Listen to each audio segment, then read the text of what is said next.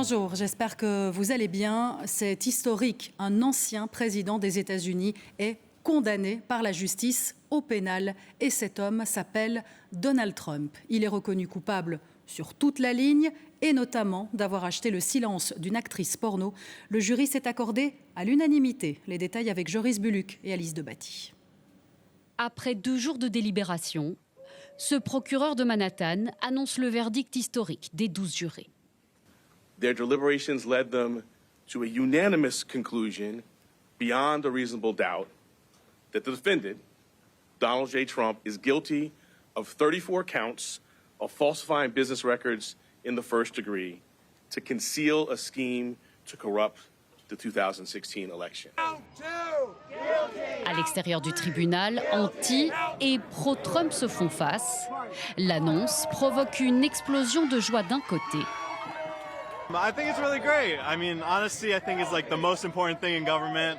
I think you should always be honest and always should be held accountable. De l'autre côté, les larmes coulent. À sa sortie, Donald Trump, le visage fermé, se décrit en homme innocent et dénonce un procès truqué, sans en apporter les preuves. This was a rigged, disgraceful trial. The real verdict is going to be November 5th by the people. And they know what happened here and everybody knows what happened here. Un verdict sans précédent aux conséquences politiques imprévisibles. En Floride, des partisans de Donald Trump sont venus afficher leur soutien près de sa résidence de Mar-a-Lago. Pour eux, rien ne change. Il sera leur prochain président. But I knew it would go this way. Liberal New York, liberal jurors and judge. So what do you expect? But he'll appeal it and he'll win in November. Côté démocrate, Joe Biden reste discret. Le président américain s'est exprimé dans un simple tweet. Il n'y a qu'une manière de garder Donald Trump hors du bureau ovale, le bulletin de vote. La peine de l'ancien président sera prononcée le 11 juillet prochain. En théorie, il encourt jusqu'à 4 ans de prison ferme. Mais le juge pourrait prononcer une peine de prison avec sursis probatoire ou des travaux d'intérêt général. Donald Trump a fait savoir qu'il ferait appel du verdict, dès que possible.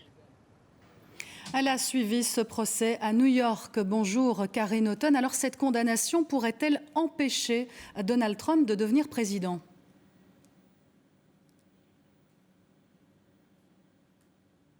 Eh bien, pas du tout, parce que figurez-vous que la Constitution américaine, si elle empêche, si elle interdit les criminels condamnés de voter, eh bien, elle n'empêche pas, elle n'interdit pas, elle ne leur interdit pas, à se présenter à une élection. Et ça, c'est un manque dans la loi américaine qu'on vient juste finalement de remarquer jusqu'ici. On ne l'avait vraiment jamais vu jusqu'à ces procès au pénal contre Donald Trump. Donc, dans tous les cas, même s'il est condamné à de la prison, même s'il fait appel, eh bien, Donald Trump aura le droit de se présenter et donc il pourra être élu, il pourrait bien prendre ses fonctions en janvier 2025, mais il ne pourra pas se gracier, attention, ni ordonner l'abandon des poursuites contre lui, puisque c'est une procédure qui a été faite dans l'État de New York et non pas une procédure fédérale. En tout cas, on voit bien que cela pose énormément de problèmes à la démocratie américaine à 5 mois seulement de l'élection présidentielle. Justement, au niveau de la campagne électorale en cours, quel va être l'impact ?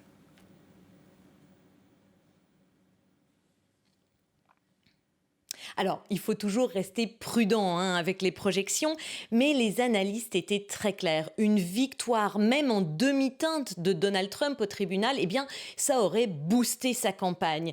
En revanche, ces 34 chefs d'accusation coupables, eh bien ça, c'est une condamnation très claire. Ça ne va pas l'aider à attirer les électeurs dont il avait besoin, ces électeurs cibles qu'il voulait absolument ramener dans son giron. Les indécis et les indépendants, ils vont certainement se détourner de lui. Merci beaucoup, Carrie, pour cette analyse à New York.